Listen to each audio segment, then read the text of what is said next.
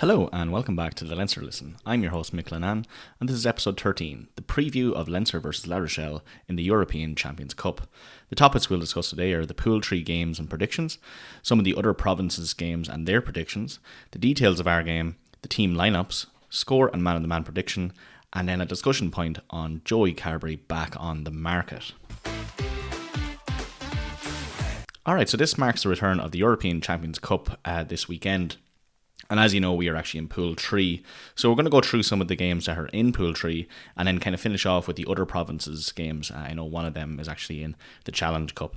But to start off anyway, we've Leinster versus La Rochelle. Fairly sure there. We're all in alignment that Leinster should win that one. Then we have Leicester versus Bayonne. I do think Leicester are going to win that by a mile. I don't think anyone's going to have any different opinions there either. We've Harlequins versus Stormers. Now this is probably the closest one. I think Stormers might end up having a situation where they'll find their first defeat this season, because they haven't been defeated in the URC yet and they haven't been defeated in the European Champions Cup either. But I do think that's going to be a close one. The Harlequins are back on form with their full team out. They're also at home, so the Stormers having to travel for that one. But if I was to put it, it's probably a coin toss and I'll go with Stormers for that. That's actually all the games we have in Pool 3. There is obviously a flurry of games in the European Champions Cup, but I won't go through those. What I will go through is actually the other provinces. And we do have Toulon versus Munster. I do think Toulon are going to win that, and I'm not just sticking it to Munster here like I usually do. I say that because they did suffer that 10-try defeat and were actually clean-sheeted by La Rochelle last week. But it was a very much well-rested team, a second team of sorts, and they were really prepping themselves for that game against Munster. So I think they're going to bring all the stops in that game. It's a home game. God help Munster in that sense. Then to top that off again, we actually have Cheetahs versus Ulster, and I swear the Cheetahs are probably going to have to retire after that game. Ulster are going to make mincemeat of them. I'd say for that, it's definitely Ulster by a large margin. It'd probably actually be an interesting one to watch if you just really liked loads of tries, and similar to the Black Lion game against Connacht the last day out. But moving on from that, we have Montpellier versus Connacht, and I can't say that they're going to do the same thing that they did to Black Lion here. I do think Montpellier are going to make an absolute embarrassment of Connacht. Look, as I said though before, whenever another province is playing not us, I'm always going to root for them. So I do hope my predictions there for Munster and Connacht are wrong, and we do, they do come out on top, but I just can't see it happening. The details of our game: so kickoff is at 5:30 tomorrow, Saturday the 10th. Weather is looking cold. It is looking cold, so bring out the scarves and the hats and the gloves again, folks. But it is looking dry, so I think it's around 2 to 4 degrees there, and it's in the Aviva Stadium. The referee there is Matthew Carley. I know we won't talk anymore about that. We do have poor history with Carley, unfortunately, and he has a thing about Porter. But look, it is. And actually, Porter is not there, so maybe he'll look favourably on us. Where you can watch it, obviously, is just in the Aviva Stadium, and only on Premier Sports. There's no domestic channel that has the rights to show that game, unfortunately. But yeah.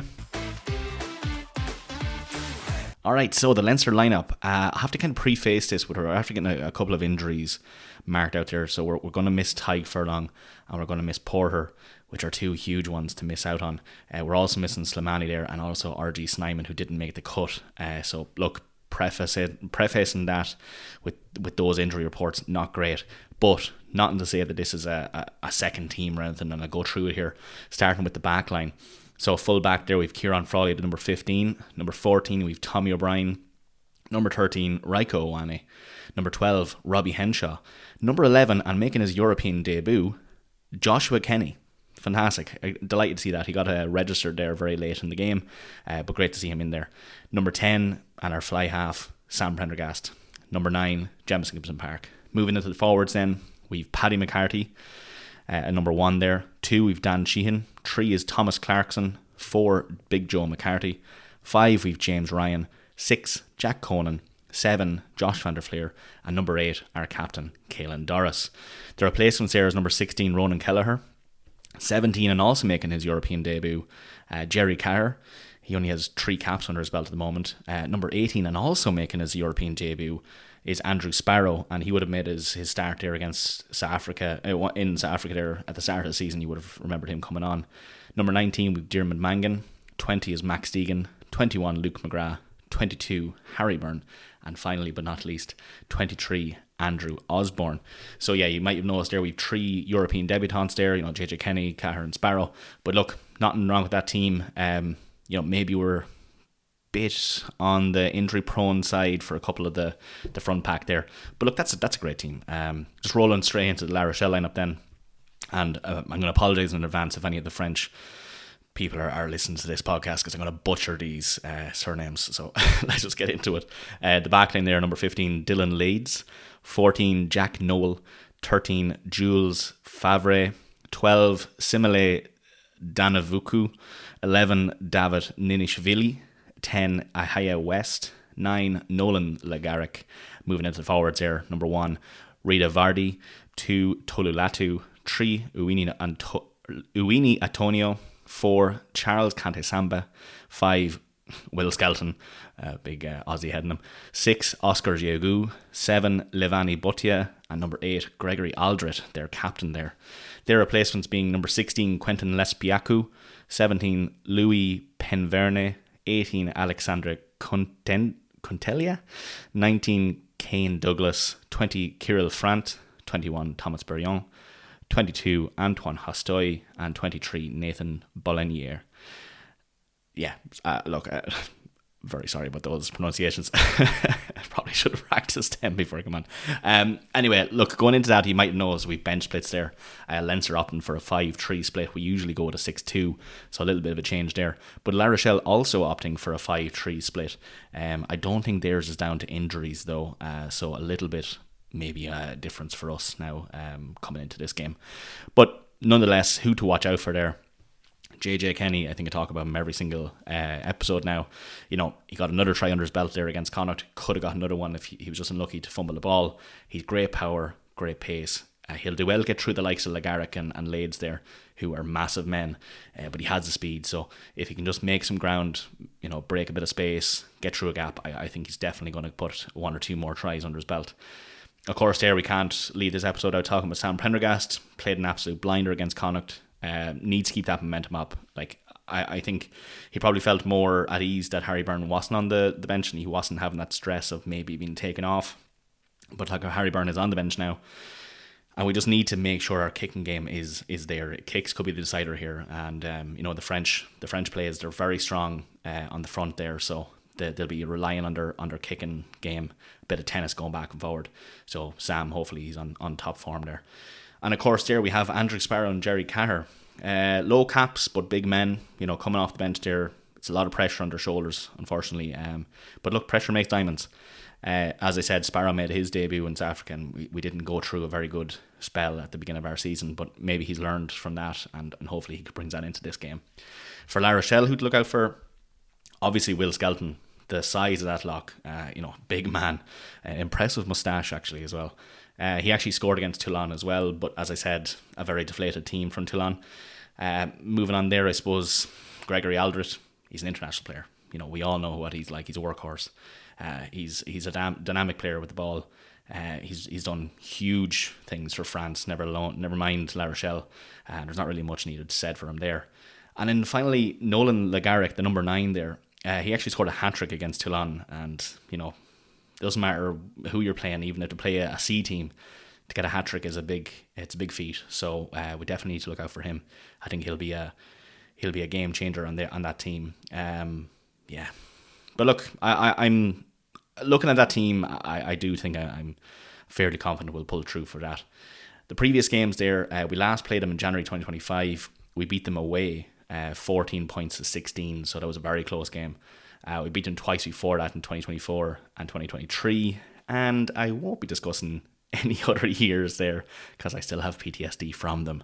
My prediction for this game coming forward, I think, La Rochelle had that 10-point try against Toulon. I think that might give them a false sense of security. I think everyone looking at that game was saying, well, Toulon had half a team out really. And I think, our team has vastly changed, I suppose, in preparation for this game, but their team hasn't. The bookies have us at 5-1 on outright, or 10-11 with -11 points handicap, and I think that's probably spot on there. So if I was to give a score, I would say 33-12 to us, bagging obviously a bonus point win, and I think we'll make most kicks. I do have faith in Sam there. If I was to give a man of the match prediction, I do think Caelan Doris is going to be one of the biggest impact players there. We need the forward pack is going to be huge for us, and I know in terms of scrums, the front line there isn't probably what we would have expected coming into this game, but I think they'll handle it well, and I think Caelan Doris will definitely come out trump on that one. Alright, so we have a discussion point here, and I think every week now there just seems to be some mad rumour coming out of the mill. Joey Carbery is back on the market.